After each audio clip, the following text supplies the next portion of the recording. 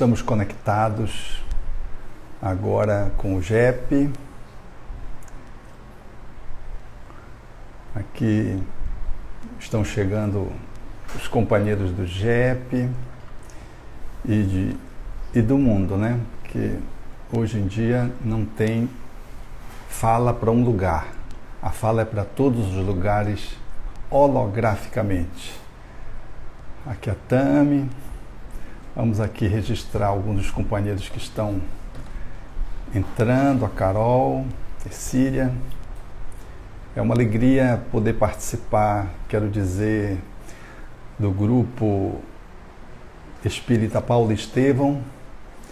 Quero, aqui na pessoa do Hamilton, deixar o meu carinho extensivo a todos os trabalhadores da casa e poder dizer do quanto, para mim, é importante voltar a essa casa.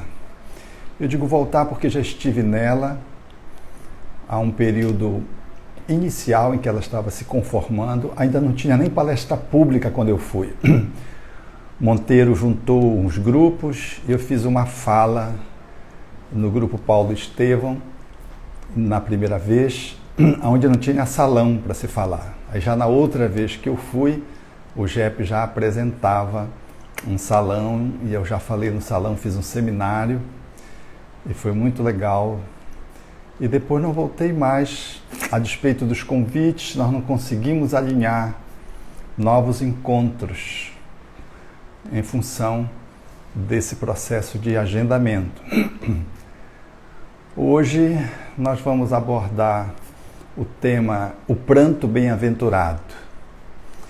É uma fala que vai nessa direção, lembrando um pouco lá a figura de Jesus nas bem-aventuranças, no Sermão da Montanha, mas estamos aqui aguardando ainda a entrada dos companheiros que estão aqui se alinhando, entrando no Instagram.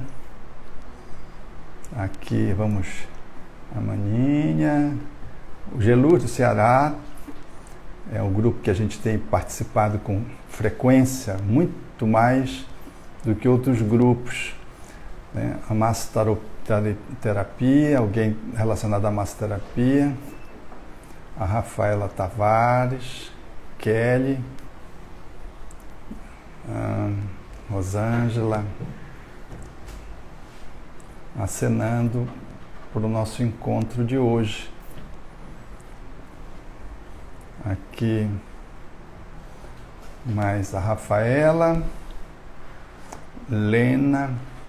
Sejam bem-vindos, amigos. É tudo de bom. Uma manhã, já é manhã, não é madrugada.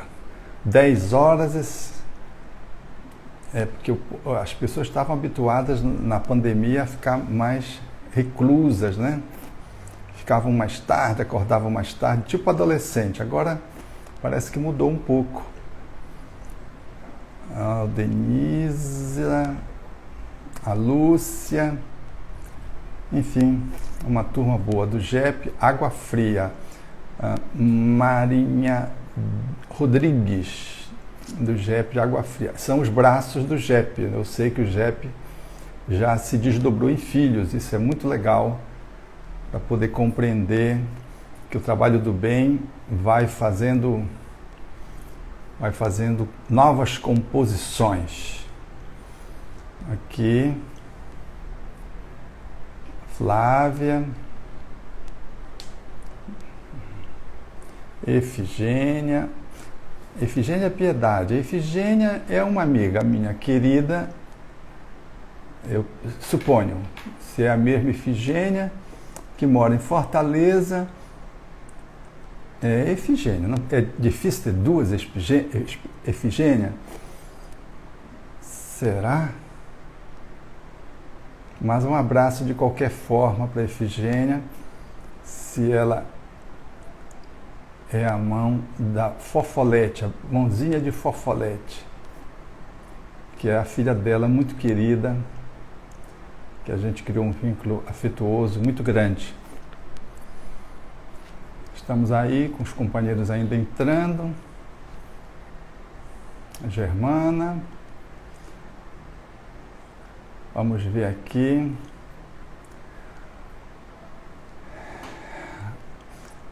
A Federação Espírita. Também entrou aqui a Federação Espírita, não sei se é do Paraná, não sei. Lúcia Silva. A Efigênia me respondeu, não sou, mas agora sou sua amiga também. Um abraço, Efigênia. Que tem uma Efigênia muito querida, amiga de muito tempo, que a gente criou laços grandiosos do tempo da juventude. Bom dia, meu conterrâneo do coração, Sandra, do JEP. Ô, Sandra, vem tomar um açaí de novo para poder te alimentar. Hoje é um encontro do açaí com a castanha do caju. Ou, se preferir, da cajuína, que eu sou apaixonado pela cajuína. Adoro cajuína. Eu sei que também Fortaleza tem cajuína. É isso aí. Aqui a Sandra. Tem muita Sandra. Mais de uma Sandra. Muito bem. Você é muito jovem. Quem me elogiou aqui? Aldenisa Camurça. Obrigado, querida. Eu sou um jovelho já, um jovem que vai caminhando. Mas sou jovial. Eu aceito essa distinção de ser jovial. Sérgio, Vanessa. Acho que podemos começar, vou dar mais um minutinho aqui só. Nós já estamos com um grupo bom. Bem-vindo à nossa casa, a Lúcia. Obrigado, Lúcia. Muito bem. Eu vou tirar aqui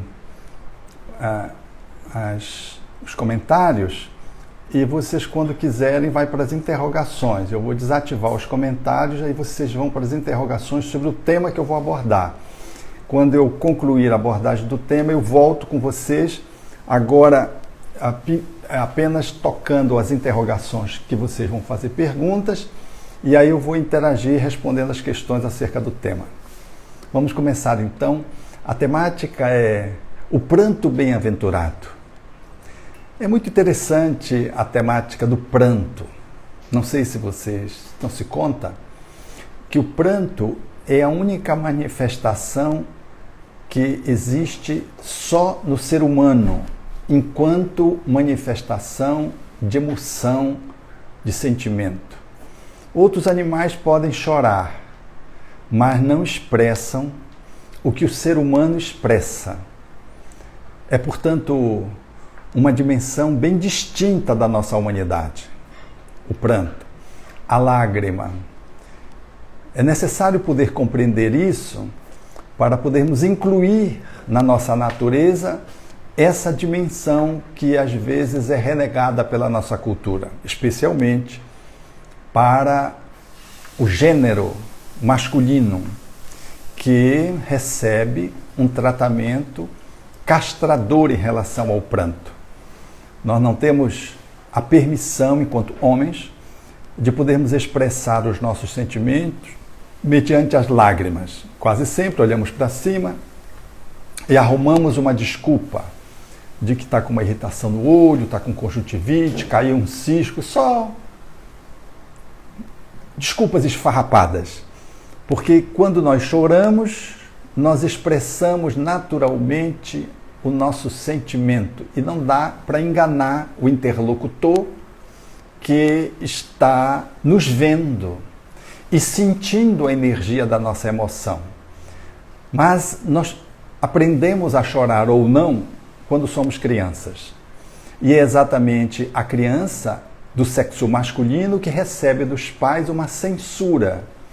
E essa censura lhe cria crenças de que chorar é impróprio para a figura masculina. Então nós negamos essa expressão que é tão natural, que é tão comum, que é tão distinta do ser humano e nos excluímos, nos auto-excluímos a partir de uma exclusão externa. Criamos uma crença. Chorar não é bom para o homem, porque nossos pais diziam: levante, não chore, você é homem. Essa expressão fica muito marcada no psiquismo da criança, que vai assimilando as ocorrências de fora, especialmente dos seus educadores, quanto maior for o significado das pessoas que estão educando na posição de pai e mãe, que são as figuras significativas, mais significativas no processo da interação com os filhos, nós introjetamos esses comandos psicológicos que ficam devastadores dentro de nós mesmos, porque nós rompemos com a nossa natureza de expressar-nos emocionalmente e ficamos enrustidos. Homens que não sabem lidar com a sua emoção expressa através das lágrimas, sejam de qualquer natureza, especialmente aquelas que doem. O homem foi feito, segundo essa tradição cultural que se instalou, especialmente no nosso país, para ser duro, ser forte. Como sinônimo de ser forte, ser duro e ser macho, não podia chorar. Vejo que é um equívoco. Porque o homem mais homem, no sentido de másculo, que passou pela terra, chorou mais de uma vez. Chorou na tristeza, chorou diante da ameaça, da proximidade quando se ia se fechar o seu ciclo existencial corpóreo e os discípulos dormiam no horto, ou quando seu amigo fora dado como falecido e que as irmãs lhe foram ao encontro, expressando grande sofrimento, ele se compadece profundamente da dor da família e chora. Se o homem mais homem, no sentido da integralidade do ser humano, ou de homem como másculo, chorou, como é que a gente vai poder compreender de que homem não pode chorar, que é fraco? Então, a expressão da lágrima é uma expressão que deve comparecer, falando da nossa natureza, e tudo que é da natureza é normal. Logo, é de bom tom que possamos fazer essa análise de que feliz é os pais que permitem que os seus filhos chorem, que não se incomodam com o choro dos filhos, homens ou mulheres, porque também há, na cultura geral, um incômodo com o choro das crianças. Não se reconhece o significado do choro, e porque esse choro bate no choro dos pais que está enrustido, especialmente do homem, ele se incomoda muito quando a criança chora, porque bate na criança dele, que não pôde chorar. E aí ele vai e castra o filho, a filha, especialmente os homens, o pai em relação ao filho. Então, os pais, de um modo geral, inquietos, assoberbados, às vezes irritados, quando a criança chora, é como se fosse um pingo que vai fazer o copo d'água transbordar. Então vai o movimento de castração. Cala a boca.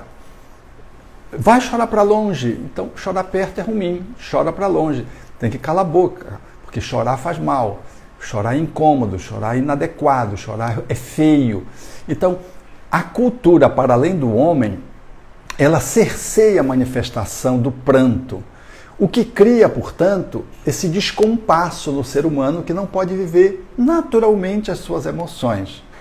Então, a partir de hoje, nós vamos refletir um pouco mais sobre o trato que nós damos aos nossos filhos, às nossas crianças, os nossos educandos, os nossos evangelizandos, os nossos alunos, no sentido de poder acolher qualquer manifestação de pranto, qualquer que ela seja, mesmo que ela possa expressar uma manifestação manipuladora, que eventualmente pode existir. Às vezes você vê uma criança na rua fazendo de conta que está chorando para poder ganhar alguns trocados, ganhar uma assistência, ganhar um afeto. Então ele faz que chora, diz que foi roubado. Tem um jogo psicológico aí manipulador. Mesmo esse choro pseudo, falso, porque às vezes nem cai lágrimas, ainda assim isso é um gesto que fala daquela necessidade daquela criança que está na rua, em regime de vulnerabilidade total, e que busca uma estratégia extremamente dolorosa, que é simular uma dor, porque a dor ela já sentiu tanto que ela já esfriou. Ela já entrou na indiferença. Então ela simula para poder ganhar atenção, ganhar dinheiro, ganhar dizendo que foi roubada, por exemplo, enfim, daqueles que são os passantes. Mesmo essa criança, no falso choro, ela precisava ser ouvida. Aquele pseudo-choro fala de um significado que temos que ir ao encontro dele. Imagine também os outros choros que revelam dor, que revelam saudade, que falam de alegria, que falam de raiva. São várias manifestações de pranto que comparecem, todas elas dignas, que precisam ser acolhidas em função de pertencer àquele ser que chora, de ser veraz, de ser autêntico, de traduzir uma realidade interna dele que precisa ser acolhido, acolher o pranto. E nós acolhemos o pranto da criança quando somos capazes de poder fazer um olhar para ela de aceitação empática.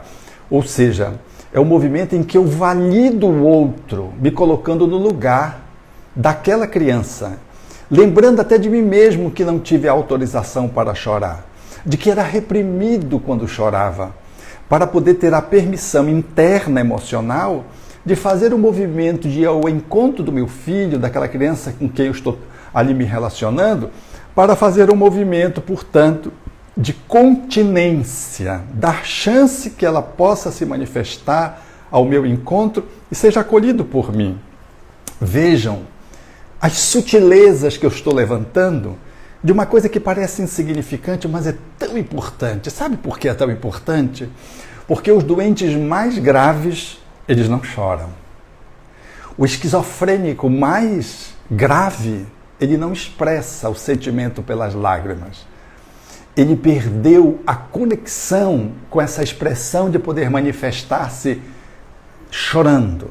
O psicopata, aquele que experimenta o transtorno de personalidade antissocial, que às vezes cometeu vários crimes na posição de um serial killer, ele fala dos crimes e não derrama uma lágrima. Pode ter morto a mãe, derrama uma lágrima. Ele está tão desconectado de si mesmo, ele está tão envolto em conteúdos dramáticos, cruéis, numa couraça, que ele não consegue fazer contato genuíno com a sua essência. Então, ele está com uma armadura, uma capa, a fivela na face, uma máscara.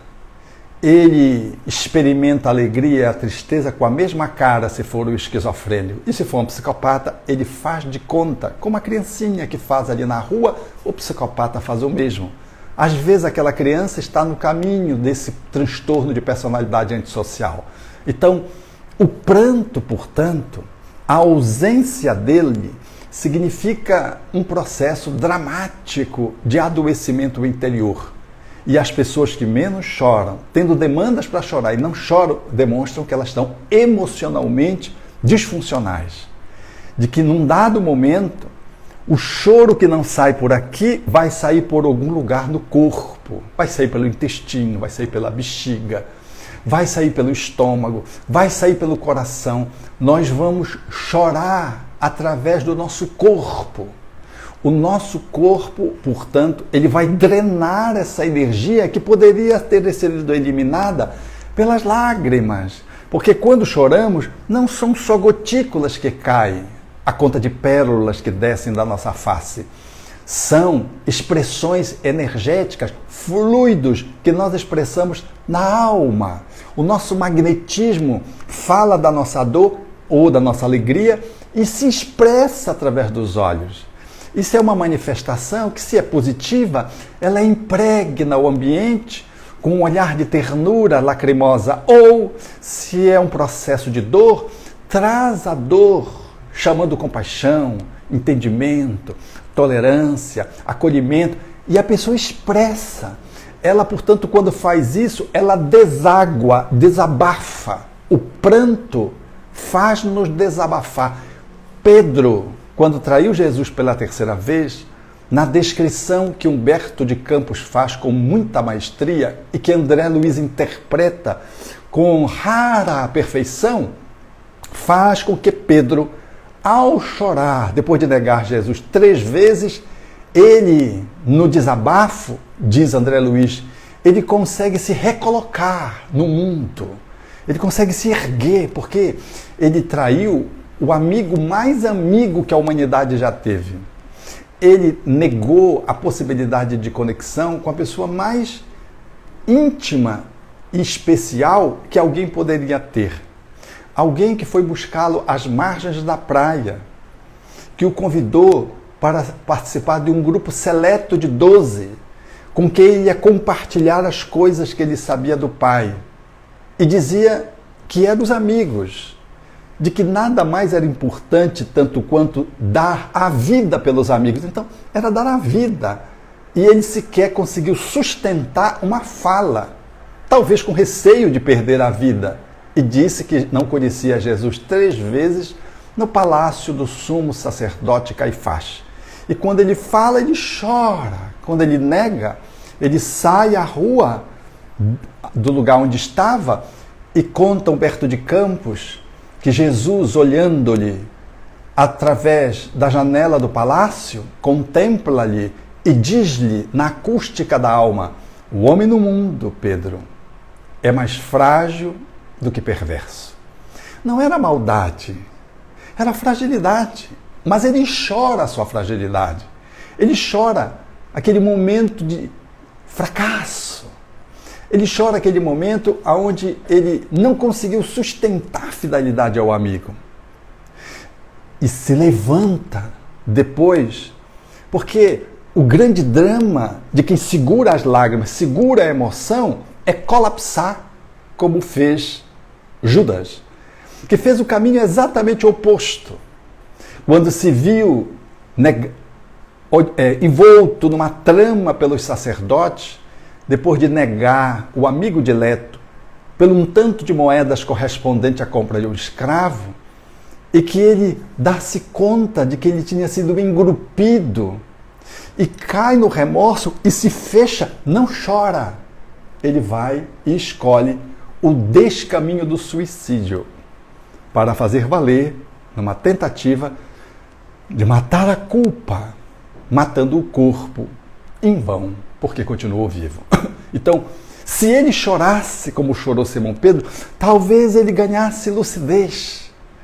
Então, quando nós choramos, nós deixamos vir a emoção e desafogamos. Quando seguramos, nós nublamos a mente, perturbamos o raciocínio.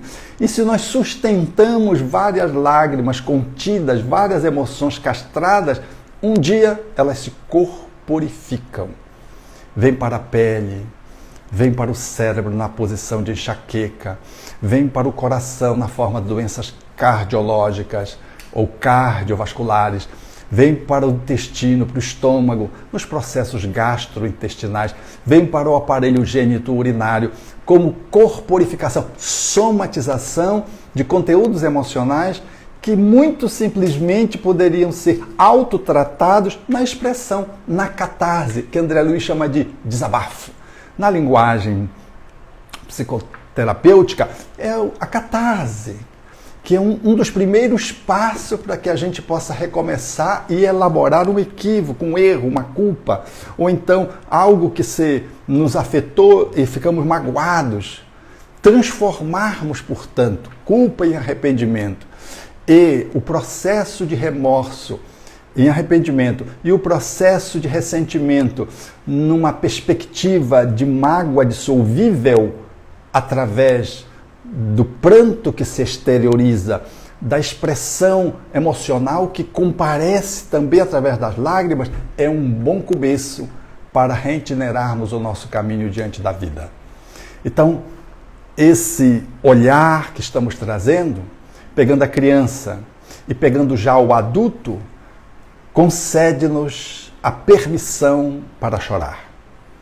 Por isso Alexander Lowen, haveria de dizer que nós deveríamos chorar pelo menos uma vez ao dia. Eu não sei se é uma força de expressão, mas se você tiver vontade de chorar uma vez ao dia, chore. Chore de alegria, chore de tristeza. Chore, expresse o seu sentimento. Se vir, chore. não significa desespero, mas também se houver uma situação desesperadora e você chorar, tal como em Judas, talvez isso seja muito bom, para que você possa desanuviar um pouco e tomar conta de si. Mas o pranto, ele é bem-aventurado quando ele recebe um bom manejo, seja dos adultos em relação à criança, seja de nós jovens ou adultos ou idosos em relação a nós mesmos. Ele é bem-aventurado porque é a alma falando através dos olhos. É a alma fazendo uma linguagem de comunicação à semelhança do oceano de onde proviemos, a composição das lágrimas salinas. A lágrima, ela fala da alma que comparece através das suas janelas corpóreas, que são os olhos. Então, chorar é uma bem-aventurança. Por isso, Jesus entreteceu a fala bem-aventurados os que choram, significando, portanto, dar permissão para que a humanidade pudesse prantear, pudesse expressar-se. Às vezes, não há nada que possa ser dito a não ser as lágrimas, na emoção. A gente não precisa falar nada. Ou de uma grande dor. Lembro-me, quando tive 3 entes queridos que faleceram no acidente de carro, um amigo se me aproximou, me abraçou e disse, sem palavras, com os olhos lacrimejantes. Não precisava dizer mais nada. Ele ainda usou a expressão sem palavras. Mas se ele não dissesse sem palavras, era sem palavras mesmo. Porque o abraço e os olhos lacrimejando, em comunicação com o meu, traduzia a nossa proximidade naquela circunstância dolorosa. O menor espaço entre 2 pessoas é a lágrima e o sorriso. Não subtraiamos a lágrima, porque ela nos inviabiliza de poder sermos seres humanos numa perspectiva de caminho para a nossa transcendência. Quando sofremos uma dor na posição de adultos, e esse tem sido um tempo destes, onde a pandemia se expressa, e onde eu tive a oportunidade, e estou acompanhando, familiares que perderam 2, 3 entes queridos da mesma família. Perderam a convivência. E para alguns perderam mesmo, porque eles acham que morreram. Então, perder pai e mãe é uma dor incomensurável. E a pessoa está 2 meses chorando. E eu a acolho psicoterapeuticamente. Porque a dor é legítima. Ela perdeu a mãe e o pai, que eram as suas referências de vida, e ela, na posição de caçula, era e foi muito acolhida pelos seus pais, porque os pais têm essa coisa assim pelo caçula, às vezes que se é de extremado amor, de cuidado, como se ele fosse o mais vulnerável, e ela ficava nesse lugar. Então, a possibilidade de poder acolher as suas lágrimas, a perspectiva psicoterapêutica, e ela como acessou ao espiritismo, me perguntando, me disseram que eu não posso chorar, que senão eu vou fazer mal para o meu pai, para a minha mãe. Isso é um absurdo, eu quero dizer aos nossos companheiros internautas, espíritas e não espíritas, que isso é uma fala que você não encontra em nenhuma obra espírita, de que você não pode chorar porque faz mal para os seus entes queridos. Ao contrário, todos os espíritos que falam sobre a desencarnação falam da nobreza dos nossos sentimentos poderem ser expressos. Chore a ausência, chore o apartamento, chore o distanciamento circunstancial físico, chore porque a sua dor é divina, porque o seu afeto é significativo. E o convite ao exercício de amor soltando, de amor desapego, dói, porque também é um aprendizado. Se vamos deixar um amigo que vai fazer uma viagem longa, durante um longo tempo, para um país bem distante, cujo acesso é difícil, nós choramos no aeroporto. E é legítimo. Isso não representa nenhum mal para quem vai nem para quem fica. Então essa fala de que o nosso choro prejudica os mortos é uma fala dos mortos, que não entenderam o espiritismo e dizem frases que se consagraram quase como uma cultura popular que não tem nenhuma correspondência com o Espiritismo. O que os Espíritos dizem é: não entre na revolta, que a sua dor não se transmute em blasfêmia. Não permita que a sua dor te enlouqueça. Não faça com que a dor se convirta em ódio. Porque esses componentes é mal para a gente. E são telefonemas que a gente joga para o outro. Mas a dor saudade, a dor distanciamento, a dor pesar, a dor tristeza é normal. Chore. Quem está triste e tem vontade de chorar, deve chorar, porque se segura, e acontece muito isso, a pessoa depois deprime, não sabe porque deprimiu. Veio o sentimento de tristeza, de uma perda, ela é convidada a soltar a emoção e ela segura, porque vai prejudicar os mortos, porque o filho não pode ver ela chorando, porque a esposa não pode ver ele chorando, e você segura e não chora. Eu costumo dizer aos familiares que perderam os entes queridos: reúnam-se e chorem todos juntos, porque o choro coletivo do grupo cura o grupo mais facilmente.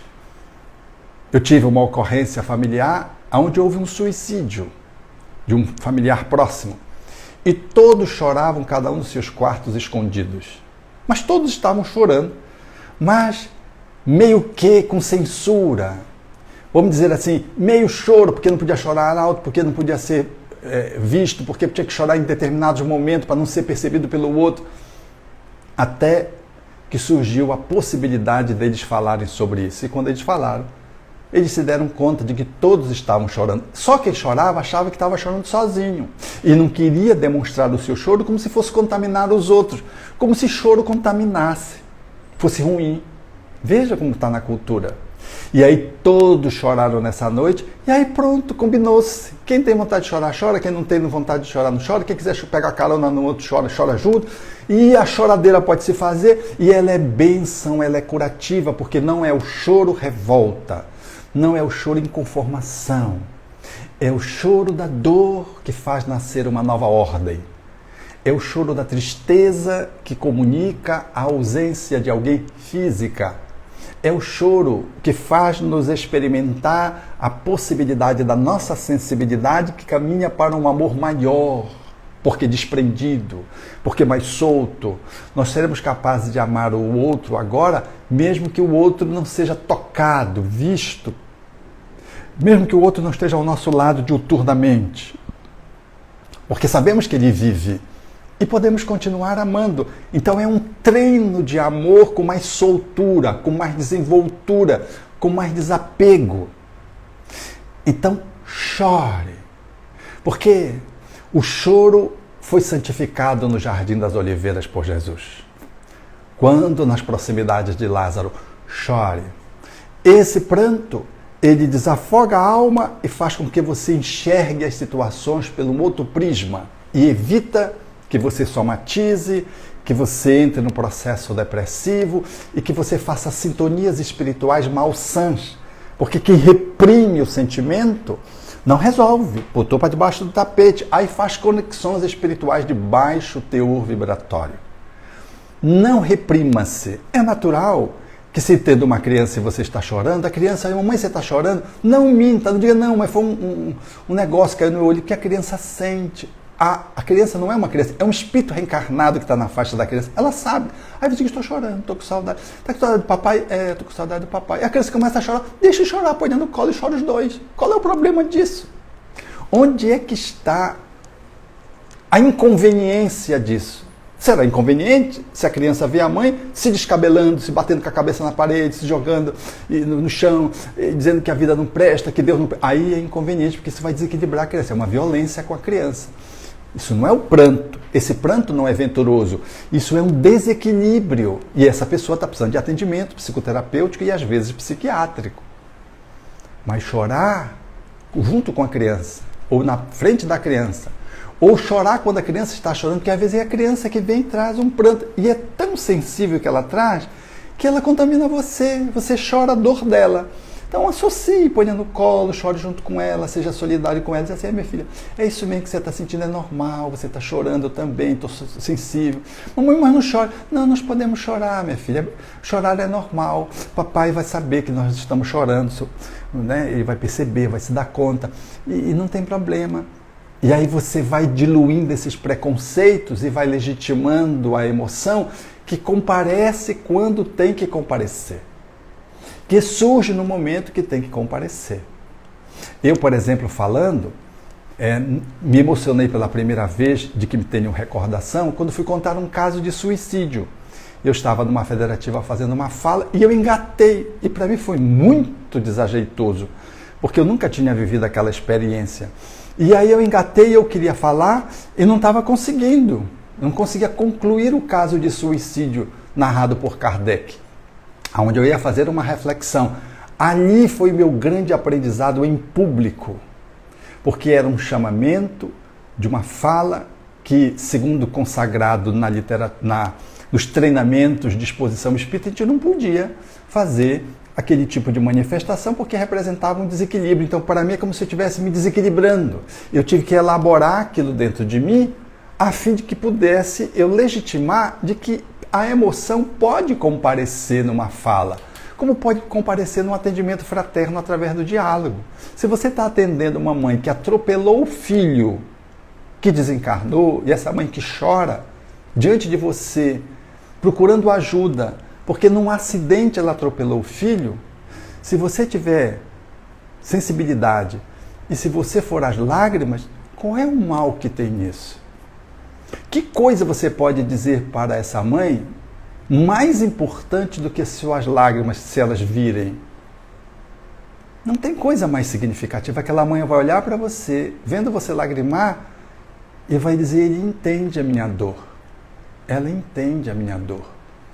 Isso não é desequilíbrio. Se é desequilíbrio, se a mãe ficar descabelada e quiser se matar, e dizer, eu sou... E aí a pessoa que perdeu o ente querido que tem que consolar o entrevistador. Aí está atrapalhada, naturalmente.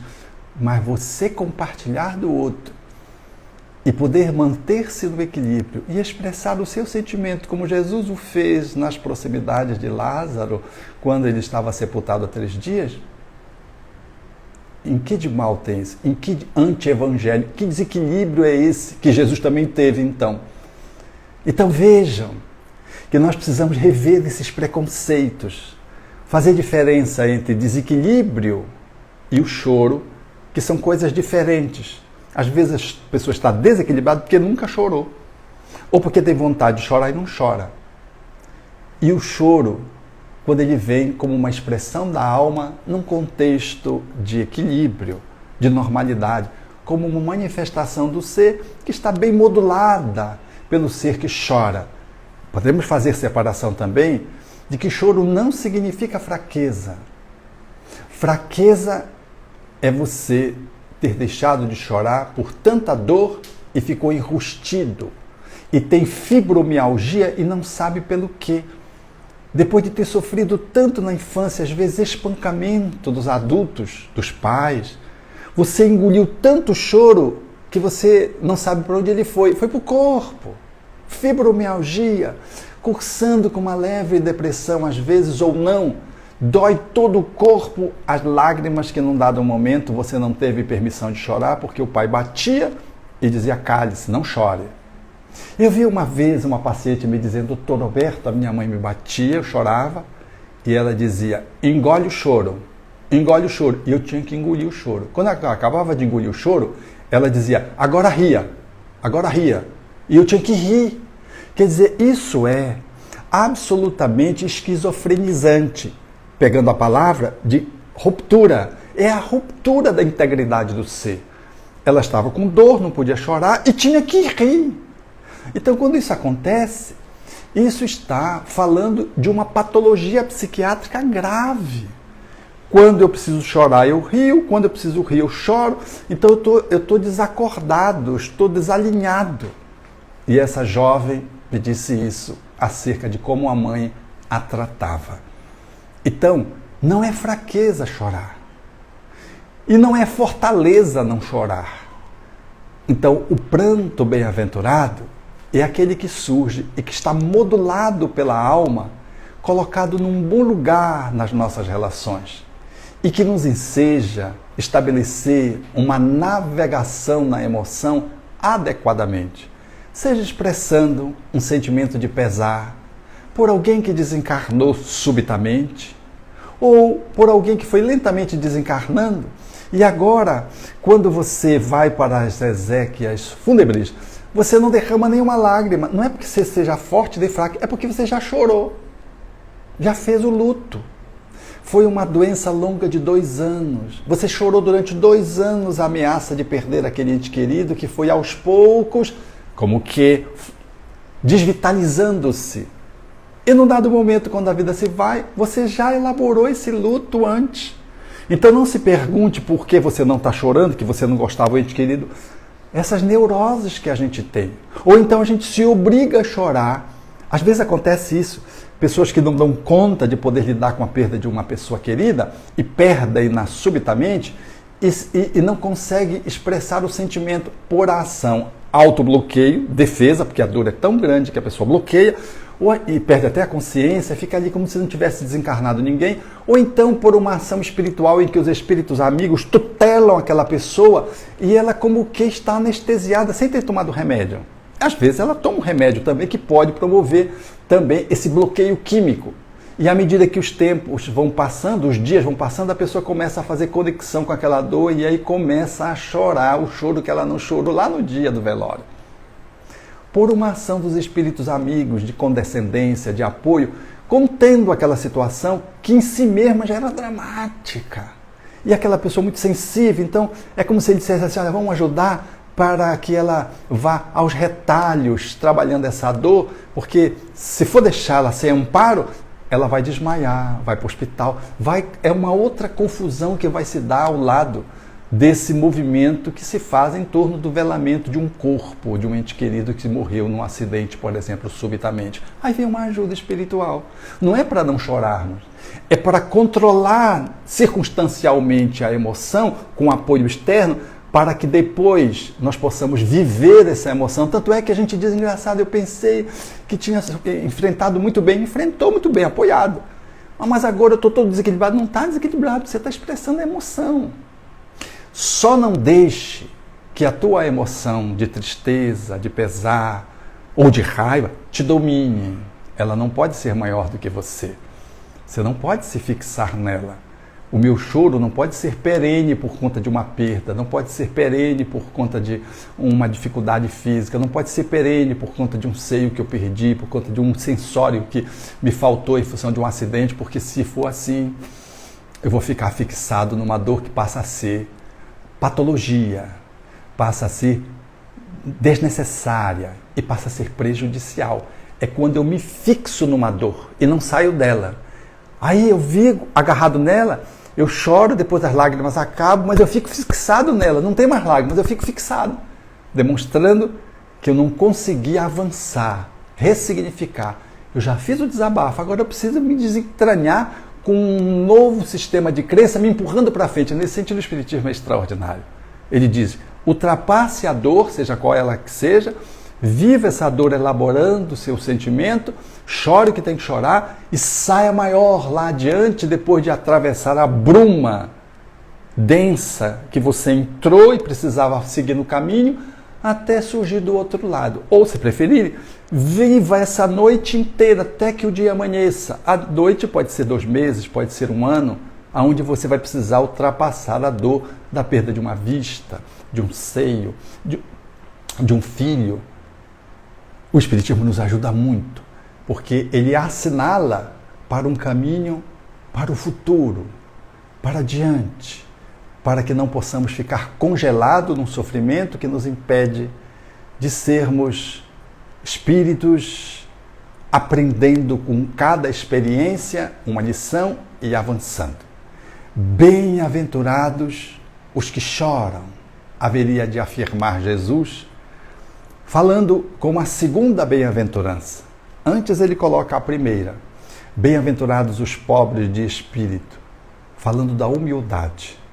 Quanto mais nós investirmos na humildade, maior vai ser a nossa possibilidade de que o nosso pranto seja venturoso, seja adequado, seja justo, seja uma manifestação de crescimento e de elaboração da alma, de uma dor, de um sofrimento ou de uma alegria, que se expressa pelo pranto porque não há mais nada que possa ser dito diante de uma música bem estabelecida, de um canto ou de uma paisagem que é tão bela e toca as tuas entranhas e você chora diante da estesia ou da aproximação de um espírito nobre que, em se aconchegando a você, você sente como se estivesse no céu, sem saber de explicar. Às vezes é na reunião mediúnica, às vezes é fora, às vezes é em casa, às vezes no momento que você está orando, um espírito benfeitor, de alta categoria, em se aproximando de você, ele entranhando você na psicosfera dele,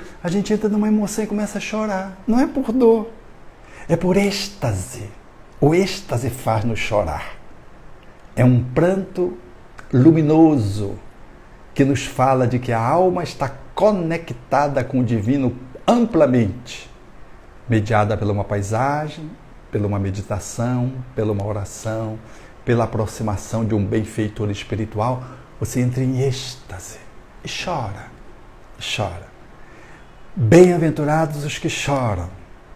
Mas se você não for humilde, você não consegue viver a expressão da bem-aventurança que chora. O seu pranto fica como que fora de prumo. Então é muito importante, na fala de Jesus, que os humildes sejam bem-aventurados, portanto que a humildade como uma bem-aventurança, ela compareça como uma sala que nos antecipa o salão da bem-aventurança no que tange ao pranto, ao choro. A humildade é uma plataforma que quanto mais a gente desenvolve, melhor é a modulação das nossas lágrimas, sempre de forma positiva. Bem-aventurados os prantos daqueles que encontraram Jesus à luz de Allan Kardec, que nos enseja mergulhar no capítulo mais longo do Evangelho segundo o Espiritismo, é bem-aventurados os aflitos, e transformar a nossa lágrima numa expressão sagrada da nossa alma, na conexão com a divindade, como sinal de força, de luz, de grandeza da alma e de conexão com Jesus, que foi o homem que nos ensinou a chorar. Vamos às questões. Se vocês têm alguma questão a propor, nós vamos aqui tratar neste momento das questões que vocês estão significando, para que a gente possa agora tratar isso e poder expressar o nosso comentário em torno delas. Aqui. Qual é a diferença entre um pranto que traz remorso e um pranto que traz culpa? É muito curioso percebermos o choro da culpa porque erramos e o choro do remorso que nos faz mergulhar na culpa tipo Judas, ou o choro do ressentimento que nos faz chorar de ódio daquele que nos pisou e nos magoou. E assim, como que nos deletou da posição de equilíbrio. São duas manifestações como duas faces da mesma moeda. A culpabilidade que se converte em remorso e a mágoa que se converte em ressentimento. Só o pranto é uma das manifestações de exibição desse conteúdo para que a gente desafogue a fim de tratar. Com a culpa eu lesei, eu tenho cuidado para não me transformar em remorso. E chorando, devo convertê-la em arrependimento, na fala de Kardec, em um céu e inferno. E o ressentimento, eu tenho que converter na minha sensibilidade ferida que se mostra magoada, através do perdão ao outro, entendendo que quem errou foi o outro. E é ele que tem a responsabilidade maior por corrigir a sua falta. E que eu me deixei magoar pelo outro. O que é dramático, porque aí a responsabilidade eu chamo para mim. Não é o outro que magoa você, é você que se deixa magoar pelo outro.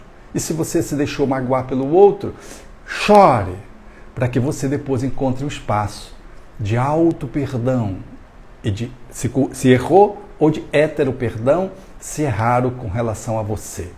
Quando Simão Pedro pergunta para Jesus quantas vezes deve perdoar, e Jesus diz que não só 7 vezes, mas 70 vezes 7 vezes, porque Pedro propôs esse número 7, ele dava a Pedro a dimensão de quantas vezes ele poderia se equivocar.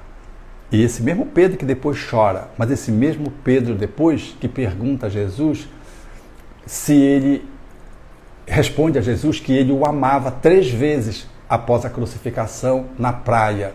Que Jesus pergunta se ele o amava, ele responde 3 vezes, fixando a nova proposta de vida e a fidelidade ao Mestre. Então, quando ele diz 7 vezes, se era razoável até 7 vezes perdoar, Jesus diz que não, 70 vezes 7 vezes, porque 7 era a medida de Pedro. Não sei qual é a tua medida. O fato é que 70 vezes 7 vezes, se você conseguir perdoar 490 vezes, você pode crer aquela única falta, aquela dificuldade que se repete, se você consegue repetido a agressão, por exemplo, uma ofensa, você perdoa uma vez, vem a mesma ofensa da mesma pessoa, você que distrata com palavras, você perdoa de novo e vem de novo, você perdoa, se você te perdoar 490 vezes, depois lá pela diante você já não precisa perdoar, porque ela já não consegue mais alcançar você, ela não mais magoa você, você apenas tem compaixão dela, ela é uma doente, você já superou. Então é perdoar 490 vezes cada situação, cada ofensa que se repete. Então esse choro, ele nos habilita para que a gente desenvolva o auto-amor e possa navegar em águas felizes, em águas transparentes, em águas plácidas, na direção do posto da plenitude e do posto da felicidade.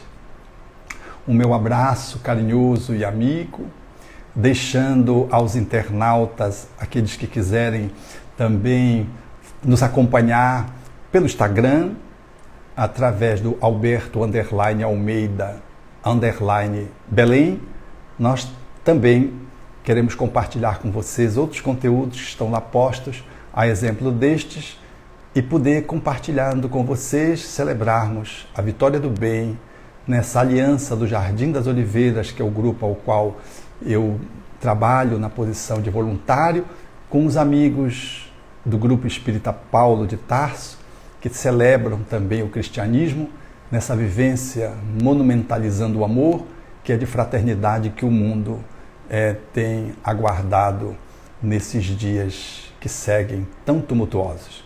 A minha ternura, o meu abraço carinhoso e um beijo no coração de todos vocês. Muito obrigado. Encerrar. Aí ele diz... Vermelho.